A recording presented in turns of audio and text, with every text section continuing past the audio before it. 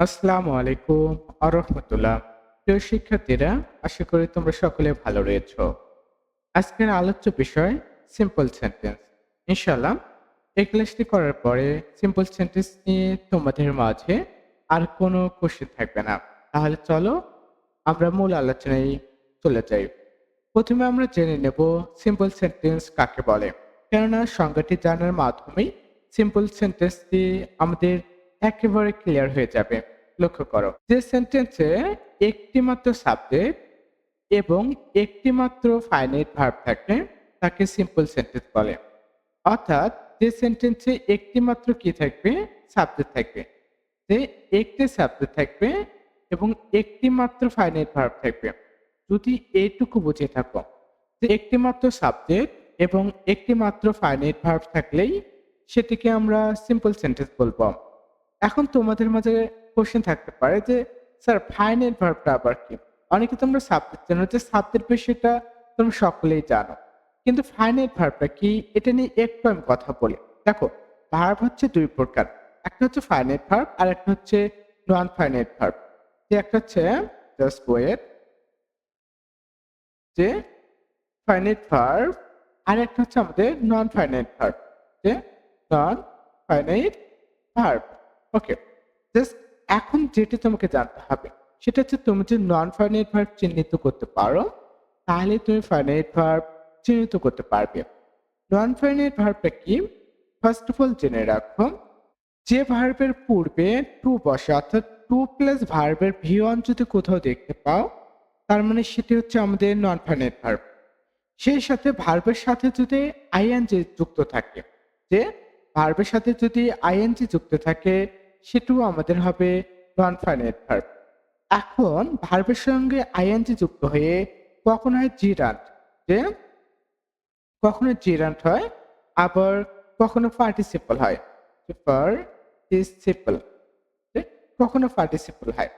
ভার্বের সঙ্গে আইএনজি যুক্ত হয়ে কখনো জিরান হয়ে যায়, আবার কখনো পার্টিসিপল হয়। এই বিষয়টি নিয়ে আমরা পরে জানবো। শুধুমাত্র এখানে তুমি জেনে রাখো, টু প্লাস ভার্বের ভিয়ন যদি কোথাও হয় সেটি ফাইনাইট ভার্ব নয়, ভার্বের সঙ্গে আইএনজি যুক্ত হলেও সেটা আমাদের ফাইনাইট ভার্ব নয়। তার মানে বোঝা যাচ্ছে যে টু প্লাস ভার্বের ভিয়ন, ভার্বের সঙ্গে আইএনজি ব্যতীত যতগুলো ভার্ব রয়েছে সবগুলোই ফাইনাইট ভার্বের মধ্যে আমাদের অন্তর্ভুক্ত। টু প্লাস ভার্বের ভিয়নকে আমরা ইনফিনিটিভ বলে থাকি। আশা করছি ক্লিয়ার। এখন আমরা এক্সাম্পলে চলে যাচ্ছি। লক্ষ্য করো, আই আম আ স্টুডেন্ট, আমি একজন শিক্ষার্থী। এখানে সাবজেক্ট হচ্ছে আই, আইটির নাম হচ্ছে আমাদের সাবজেক্ট, যে আই হচ্ছে এখানে সাবজেক্ট এবং অ্যাম হচ্ছে এখানে ভার্ব, অ্যাম হচ্ছে এখানে ভার্ব। এখন ফোকাস করো তো, সাবজেক্ট তো আমাদের চিনি বা জানি, সাবজেক্টে কোনো কনফিউশন নেই। এখন অ্যামটা কি এখানে ফাইনাইট ভার্ব নাকি নন ফাইনাইট ভার্ব? ফোকাস করো, এই অ্যামের পূর্বে কি টু বসেছে? না বসেনি। বা টু প্লাস ভার্বের ভিয়ন হয়েছে? হয়নি। অথবা ভার্বের সঙ্গে আইএনজি হয়েছে? না। যখন টু প্লাস ভার্ব ভিয়ন হয়নি, ভার্বের সঙ্গে আইএনজিও যুক্ত হয়নি, তার মানে এটি হচ্ছে আমাদের ফাইনাইট ভার্ব। আশা করছি ক্লিয়ার। আর আই স্টুডেন্ট এটা হচ্ছে অতিরিক্ত অংশ। So I am a student, আমি একজন শিক্ষার্থী। এখন ফোকাস করো আমাদের সেকেন্ড সেন্টেন্সে, যে হি রিডস রেগুলারলি, যে সে নিয়মিত বই পড়ে, সে নিয়মিত বই পড়ে। হি হচ্ছে এই সেন্টেন্সের সাবজেক্ট। হি হচ্ছে এই সেন্টেন্সের সাবজেক্ট এবং রিডস হচ্ছে এখানে ভার্ব।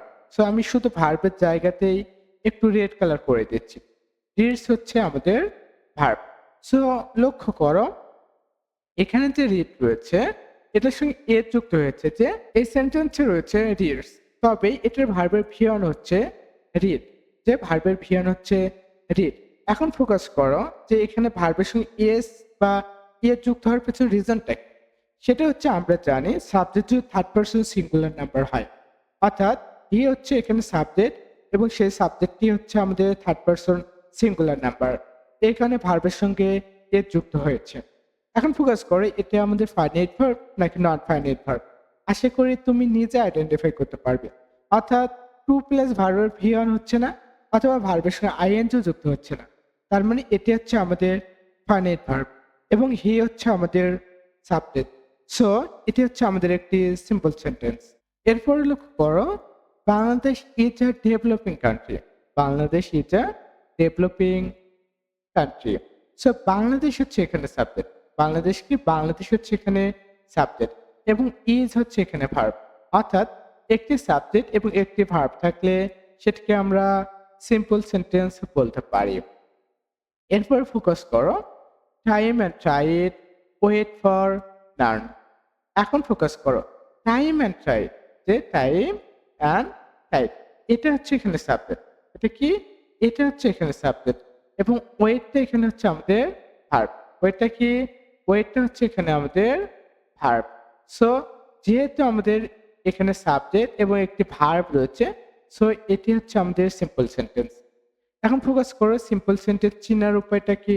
চেনার উপায়টা তো অবশ্যই আমাদেরকে জানতে হবে। সিম্পল সেন্টেন্স চেনার উপায় হচ্ছে, সিম্পল সেন্টেন্সে একটি সাবজেক্ট ওই একটি মাত্র ফাইনাইট ভার্ব থাকবে।